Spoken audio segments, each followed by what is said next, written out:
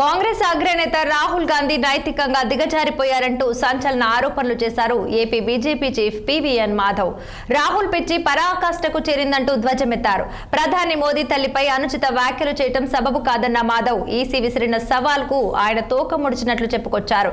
ఏపీలో 19 జిల్లాల్లో సారథ్యం పేరుతో చేపట్టిన యాత్ర ముగిసిందని తూర్పుగోదావరి జిల్లా పర్యటనలో తెలిపారు.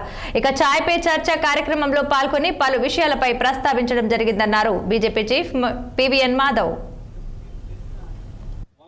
రాష్ట్ర వ్యాప్త పర్యటన సారథ్యమని పేరు పెట్టి సుమారు 19 జిల్లాల పర్యటన ముగిసింది. ఇవాళ 20వ జిల్లా అత్యంత ప్రాశస్త్యం ప్రాచీనం, అలాగే మన తెలుగు భాషకి పుట్టినిల్లైన రాజమహేంద్రవరం రావడం జరిగింది.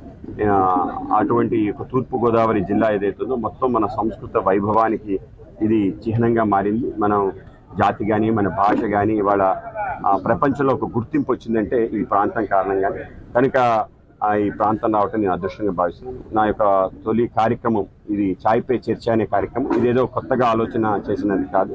నరేంద్ర మోడీ గారు ఆయన ప్రపంచంలో అందరితో అవుట్ రీచ్ అవ్వాలి అంటే అత్యంత సహజంగా కలిసి నలుగురు మాట్లాడుకునే ప్రదేశం టీ స్టాల్స్.